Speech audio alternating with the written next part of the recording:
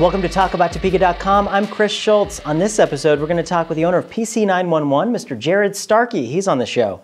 This episode was brought to you by the WIBW channels and the Break Room's new lunch experience. Check out their menu at breakroomdowntown.com. Sit back and relax, because it all starts right now.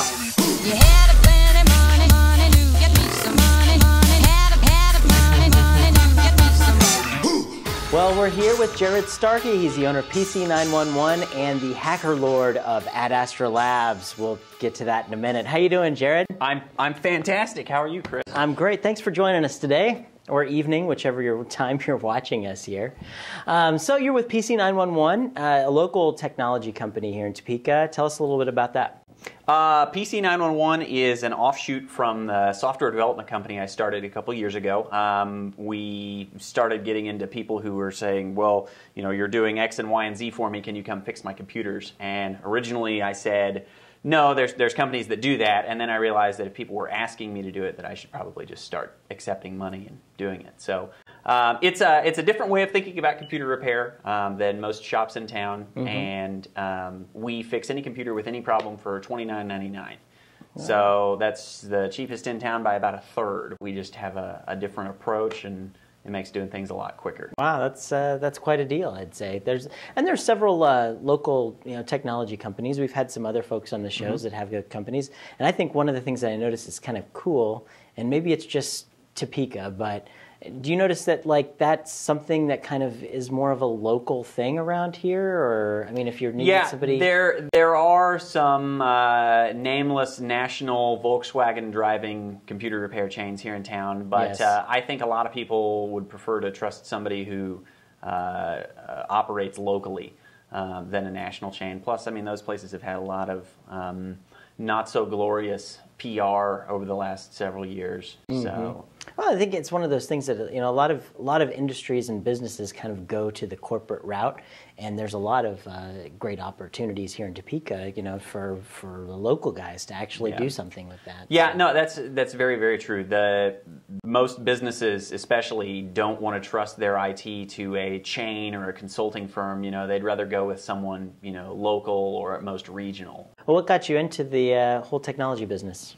When I was 6 years old, my mom had a Commodore 64, and there was we had one of those too. Commodore 64, and besides Centipede, it was also good for BASIC, and there was a book at the library on BASIC. You used audio cassettes, right? Was that? No, that wasn't quite there. This had the VIC-20. That had There's the VIC-20, and then the Trash 80, the Tandy Radio Shack Model 80, and this had the 5 1/4 floppy diskettes, and it was it was slow enough where it was when you wanted to run the right program, you would put the disk in, and you would run a command, and then it would say insert disk 2, and you would insert disk 2, and then wait for 5 minutes, and then take it out and put it back in disk 1, and swap back and forth, and stand on one foot, and then maybe it would display a 4-color picture of a cat or something. So, or you change the disk a few times and it calculates what 39 plus 12. Yeah. It says this is pi 3.14. That's all you're getting. So, but yeah, I got that book, and then I guess you could say the rest is history. Most kids, when they were in college or went in high school and college, they went out and learned to talk to girls and learned how to have a good time. And I taught myself C++ in my mom's basement. So. That seems to be working out for you pretty well now, so that's good. That's debatable, but I'm going to go with you on that one. Depends which day. Yeah, it depends. It depends. Definitely not on Monday. Definitely not on Monday. So. Well, so hey, how long have you guys are in downtown Topeka? How long have you guys been down here? We've actually been down here for coming up on 4 years. Has it been that long? Yeah, it has been that long. I started out of my house just with Lamp Development, the software company, and then it came time to find a place to set up shop, and I had a bunch of clients downtown, and I thought, well, it's going to be a whole lot more convenient for me to locate where my clients are rather than making them drive all the way to the other side of town. So, sure. And downtown has been good to us. Honestly, 90% of our clientele hears about us via word of mouth or walking by our shop. So downtown has been just incredible for us, and I'm sure I am an avid supporter of the redevelopment of downtown. Yeah. What are your thoughts about that? I mean, just downtown in general. I'm all for the redevelopment of downtown. The most interesting thing to me about this whole development project is the public lack of participation and then perceived whatever the opposite of outreach is. For the downtown redevelopment. I mean, I've been to the Heartland Visioning meetings. I've been to, DTI has had, public forums. They had the speakers come in, do the charrettes, and I went to all of that, and it was just stuff I heard about. Maybe it's because I'm downtown, but they went through all of that and had this tremendous, opportunity to give input, and I participated in that. And now people want to come out and get in the paper and say, oh, well, actually, though, they just want to comment on CJ Online. And say, oh, they haven't got enough public input. The thing that really gets me is a lot of people are saying, oh, well, we don't want to use taxpayer dollars for bells and whistles. We're all for fixing the infrastructure. That's the thing to say now, is they're all for fixing the infrastructure, but they're not for bells and whistles. Well, if you look at the plan, I'm really curious where the bells and whistles come in, because there's a lot of people out there that are probably still thinking Serpentine Street and fountains and all of that. Yeah. But 90% of this plan is stopping all of the water breaks. Yeah. That happen, like in front of my business. There's been 2 in the last week in front of my business. Yeah. Fixing your problems with the sewer out front. I mean, and that's why I got involved with the whole thing. Yeah. I mean, we were having problems. People were talking about doing this stuff, and we were having issues. And I was like, if we don't get involved with this process now to make sure that that's done, then they're going to be digging the streets up, replacing the streets, and then they're going to dig the streets up again to replace something under the streets. That's what blows my mind. It makes no sense at all to do that. I mean, 10th Street, how many water brain breaks have we had? And then we find pipes from 1892 under the brand new streets that we just put in. Yeah, exactly. That's what we don't want to happen. I can't believe how much money this town has spent on paving new streets and then digging the exact same street up. Yeah. Yeah. So I just, I understand the and that can kill a small business to do that. I mean, if you look a lot of the stuff that happened at the 29th and Urish Roundabout as well, when they had to do that so many times, there were so many small businesses in that little strip mall that had so many problems because of that, and no one could get to them. Yeah. I was even thinking about that in North Topeka. They've got, half the road is shut down, and I looked at all the businesses on the west side and thought, wow, how do people get to there? And the answer is a lot of those businesses are probably casual shops that most people are just passing by. And you got to think about how many weeks of revenue, how many paychecks those business owners are missing out on because there's no access to their shops. Yeah. So now, and we haven't been that unfortunate downtown, but if people are okay replacing pipes and moving utilities to a central corridor, if people are okay with that, then I don't see what the harm is in saying, well, it makes more sense to go ahead and put in nicer curbs while we're digging this up anyway. That is one of the things that's like, do you want to put it back exactly the same way and put the same design that worked for 1982 or whenever this was put in? Yeah. I mean, or do we want to do something that's going to fit now and be, relevant for the next 50 years? Do we want to try and forward think on that, or do we want to just kind of band-aid something? And I don't know. We're kind of up against a rock and a hard place here. I think that if anything is going to happen, that now is the time to do it. Yeah. That's also my big thing. I mean, people have been honestly talking about this people have talked about this back as far as 10 years, and the problem has been, I think, every time the city gets geared up to do something, then Topeka does what Topeka is good at, which is kind of being sticks in the mud and says, oh, we don't want to spend our tax dollars on this. We don't want to spend our tax dollars on this. Well, I'm kind of the opinion with all of the road potholes problems, the pothole problems we've had, and the water main breaks we've had, that maybe Topeka needs to realize, hey, you should invest in your infrastructure. Sure. And do it intelligently. I think people are really worried about their tax dollars being spent because they've really seen a lot of tax dollars wasted on a lot of stupid things. And so it takes time for the city to earn that trust back. Yeah. And I hopefully think that they're doing things right. I think that the leadership of the city has kind of seen that there's been problems with the leadership in the past. And I think we've got a good slate of leaders that are working really hard to make some progress on that. But nobody wants to waste any tax dollars. That's the thing. What we want to do is use tax dollars to make more tax dollars. How many water main breaks have we had since the beginning of the year? Isn't it up like, I want to say it's a high number, like in the hundreds? It's a lot. And, that's not $1,000 to fix that. That's not, I think that Talk About Topeka should do an Open Records Act request and find out how much per water main break it costs. I don't know. We usually just kind of have fun, so. You don't want to be the rabble-rousers? Rabble-rousers? I don't know about all that, so I don't know. We like to just talk and keep it simple. Tell dirty jokes. Pretty much as many dirty jokes as we can tell. So that's about how it works.